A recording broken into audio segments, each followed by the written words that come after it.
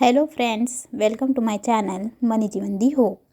हमारी भाजी जिसे गोंगुरा भी कहा जाता है, इसका इंग्लिश में नेम है रोजेल, कैनफ एंड सोरेल। इसे जावा जूट के नाम से भी जाना जाता है। आज आप जानेंगे हमारी भाजी के टैक्सोनॉमी के बारे में और साथ ही साथ इसके साइंटिफिक या बॉटनिकल नेम के बारे में। हमारी भाजी यूकेरियोटिक डोमेन से बिलोंग करता है।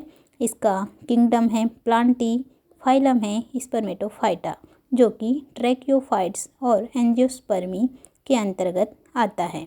इसका क्लास है यूडिकॉट्स, ऑर्डर है मालवेल्स, फैमिली है मालवेसी एंड इसका जेनस है हिबिस्कस। इसकी स्पीसीज जो होती है वो दो प्रकार की होती है। First Hibiscus sabdariffa and second Hibiscus cannabinus. Hibiscus sabdariffa लाल तने वाली हमारी भाजी अर्थात रोजेल लीव्स को कहते हैं एंड सेकंड हिबिस्कस कैनाबिनस हरे तने वाली हमारी भाजी अर्थात कैनफ लीव्स को कहते हैं।